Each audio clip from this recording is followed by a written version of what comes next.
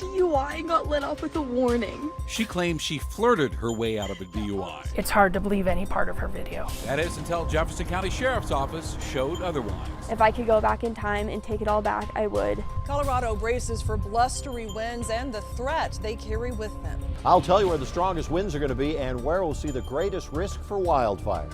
It's just an antibiotic, and that's the first thing that comes to mind is it's just an antibiotic. We've all taken antibiotics. Popular medications with potentially life-changing consequences. It's dangerous.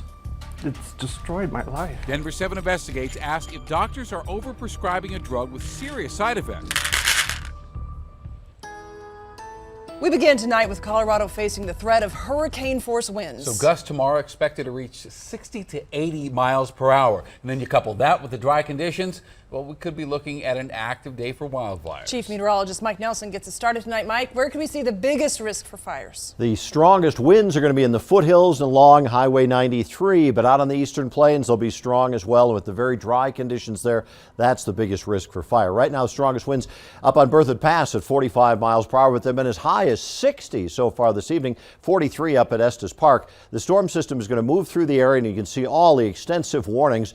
High wind warnings in the yellow. We have red flag or fire weather warnings in the pink, and that does include areas that are covered by both of those warnings. Meanwhile, in the mountains, winter weather advisories. Not a lot of moisture with this storm, but I think we'll squeeze out 5 to 10 inches of snow for the mountains. Just a few rain showers on the plains.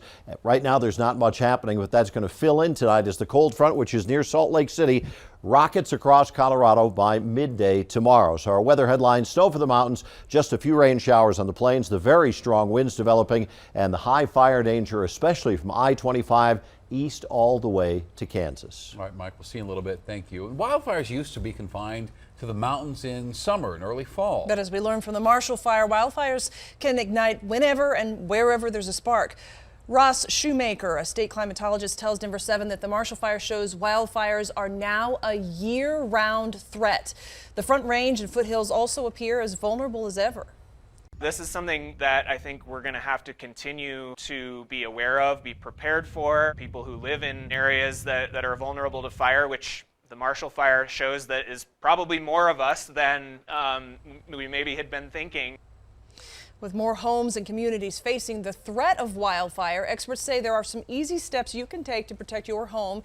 That includes trading mulch for rocks, keeping firewood, patio furniture, and playsets to at least 6 feet away from your home, and relocate trash cans and other combustibles. Now, conditions have improved over the last few months. Take Boulder County, for example. Tonight, it is considered abnormally dry. Now, that's certainly not ideal, but it is the lowest rung on the U.S. Drought Monitor scale. Now, days before the Marshall Fire, Boulder County was considered to be between severe and extreme drought. Category scientists consider much more serious. The city of Aurora looking into changing the alert system that warns people when wildfires are burning nearby. During a study session tonight, city council members okayed a resolution for the city to begin using FEMA's iPause.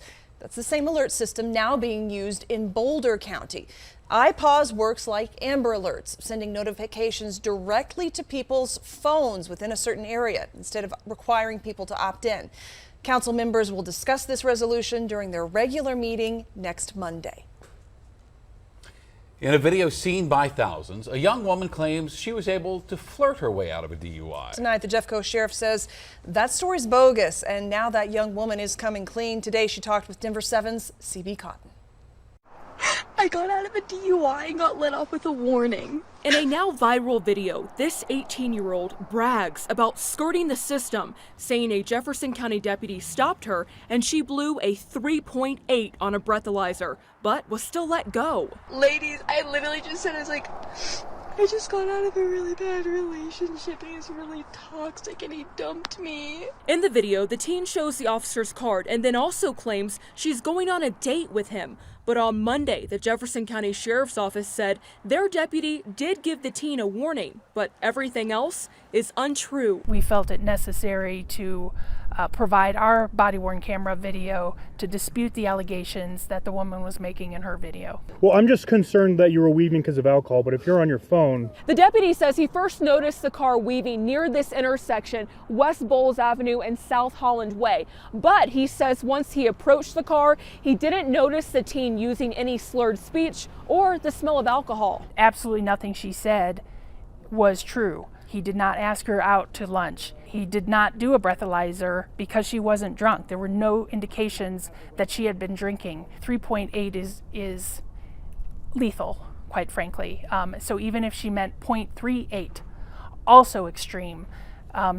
So we just had to look at all the factors in her video. And though the teen didn't have a problem showing her face after the traffic stop, she didn't want to go on camera in an interview with Denver 7.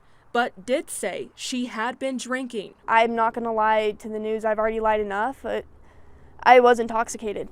I was drinking. I was drinking from like 11 o'clock at night to like 2, 3 in the morning that day. She also says she's sorry for the lives she put at risk and the lies she told. This officer just let me off with a warning. I thought I was being funny. I was like, oh my God, look at me. Like, I just got out. Like, I'm surprised I didn't get arrested. I am so deeply sorry. That's not who I am as a person. If I could go back in time and take it all back, I would. I have never felt so bad in my life. Now, in the body camera video, the 18-year-old tells the officer she doesn't have the car's insurance. The officer could have wrote her a ticket for that, but didn't. The Jefferson County Sheriff's Office tells me in that moment, the officer was using discretion and was likely trying to have compassion for the teen and the story she told. The Sheriff's Office says the deputy feels frustrated that he was lied to from start to finish. CB Cotton tonight. Thank you, CB. Brighton police say an infant was left alone for more than 13 hours before she died from a fentanyl overdose. Today, her parents, Alonzo Montoya and Nicole Casillas, made their first appearance in court. And according to an affidavit, the 1-year-old girl was in the same room where fentanyl and crack were being smoked for nearly an hour before she was put to bed during the early morning hours of January 2nd. Investigators say the child cried multiple times but was not checked on. She was found unresponsive that afternoon and died before she could be taken to the hospital. And tests showed the infant's blood contained 10 times the amount of fentanyl needed to kill an adult. Now, both her parents are charged with child abuse resulting in death and distribution of a controlled substance. They're both being held on bond. 2 people are in the hospital tonight after a nasty crash you can see here in Aurora. This one happened at Iliff and Revere Street. Police say a Mini Cooper was driving recklessly and did not stop for an officer before crashing into the SUV. Police say the man driving the Mini Cooper is in serious condition. A woman in the SUV is in critical. They are among the most popular prescription antibiotic drugs ever produced in this country, and chances are they've been prescribed to you and even your children. Tonight, you're about to meet experts, doctors, and patients who will tell you if they're prescribed to you, you might want to ask a few more questions. Denver 7 investigative reporter Jennifer Kowaleski tonight explains how just a single dose has the potential to change your life forever. Cipro, ofloxacin, levofloxacin. They're some of the most commonly prescribed antibiotics on the market, known as fluoroquinolones. Prescription drugs the FDA says have rare but serious side effects: tendon rupture, neuropathy, impacts to the central nervous system. It's destroyed my life. And another less known side effect: suicide. I saw her at the bottom of the pool, and that's how I found my wife. And this is that rare prescription drug that can induce what patients and experts say are permanent, disabling reactions with a single dose.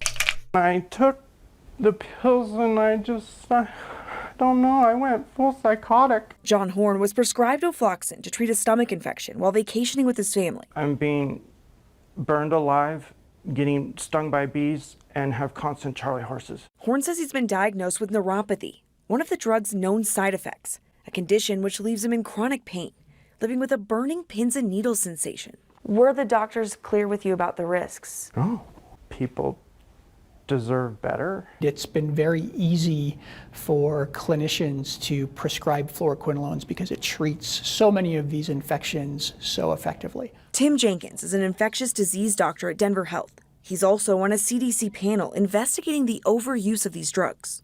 Do you think more needs to be done to limit the use of these fluoroquinolones? Absolutely. In the CDC study of hospital antibiotic use, it was found that almost 50% of prescriptions were inappropriate. As you heard Dr. Jenkins say, a recent CDC study found nearly half of fluoroquinolones given to patients in the hospital should have never been prescribed in the first place. The fluoroquinolone drug class should really only be used when there are no equally effective alternative antibiotics that are available to treat infections. In response to growing reports of disabling reactions, in 2018, the FDA issued its strongest black box warnings for these drugs. That kind of warning is designed to call attention to serious, even life-threatening side effects. But Jenkins says more than a warning on a box. Doctors need to be better educated.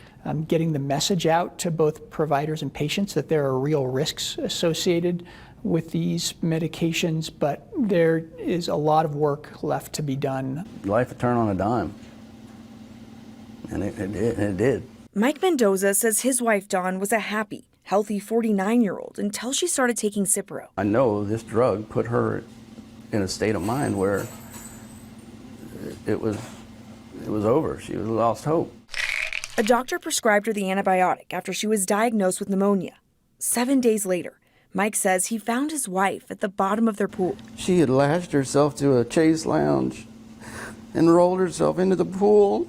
Mike says in the 27 years they were together, his wife never suffered from depression. And she gets on this drug in 7 days and takes her life. How can you tell me that drug, there's not a doubt in my mind, and that drug took my wife. It killed my wife. It took her down a rabbit hole that she couldn't get out of. Reports filed with the FDA tied 221 suicides to Cipro and Levaquin. It's a very strong drug, and it should be used carefully. Denver attorney Seth Katz has filed multiple lawsuits involving this class of drug. What would you say to a patient whose doctor is recommending these antibiotics? Ask your doctor hard questions. Do some research. Are they getting their information solely from the drug manufacturer, or are they doing their own independent research? Katz insisting fluoroquinolone should always be the last resort, not the first choice. Bayer, the maker of Cipro, says fluoroquinolones are an important class of medications that treat a wide range of bacterial infections. It said all medicines have potential side effects, but those risks are communicated with doctors and patients through FDA-approved labeling.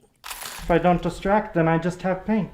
This is how John copes with the pain. As long as I can keep my mind occupied on something else. He wants more done to protect patients like him. It's a growing issue, and it's not getting addressed.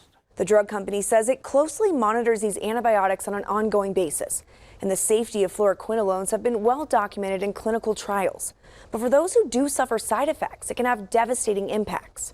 I'm Denver 7 investigative reporter Jennifer Kovaleski. Helping the environment, one six-pack at a time. This investment in capital that we're making is going to pave the way for all 30 brands to follow suit. How a Colorado staple is helping solve the world's plastic problem. A new nuisance roaming the streets of Greeley. I don't ever remember seeing turkeys like this. What you can do if you find yourself caught in turkey traffic. Plus, Ohio's get ready to head to Boston and the Frozen Four.